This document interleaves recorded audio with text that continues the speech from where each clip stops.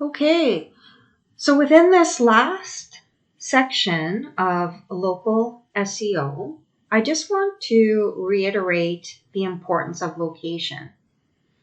And so when we set up the Google My Business listing, we enter in the address saying that we're a storefront and that people can us. So if your client has a storefront, you want to make sure that they've entered in the exact address of their location.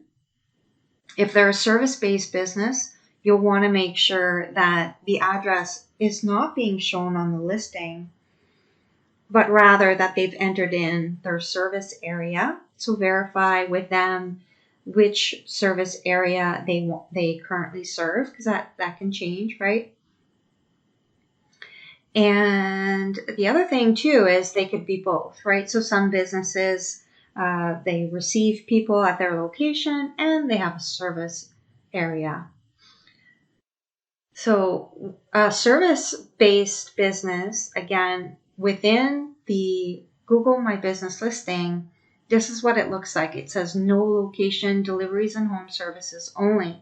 So my husband and I, within our businesses, we both have a service-based only business, which means that the address is not listed, but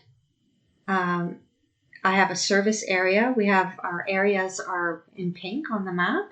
And within our local listing, we can put in contact information. So I have a booking calendar, my website, phone number, and so on.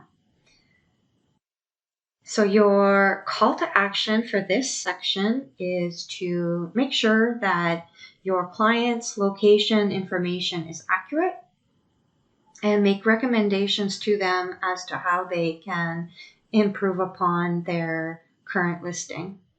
So I'll leave you to it, and I will see you within the next module, which is all about ranking factors.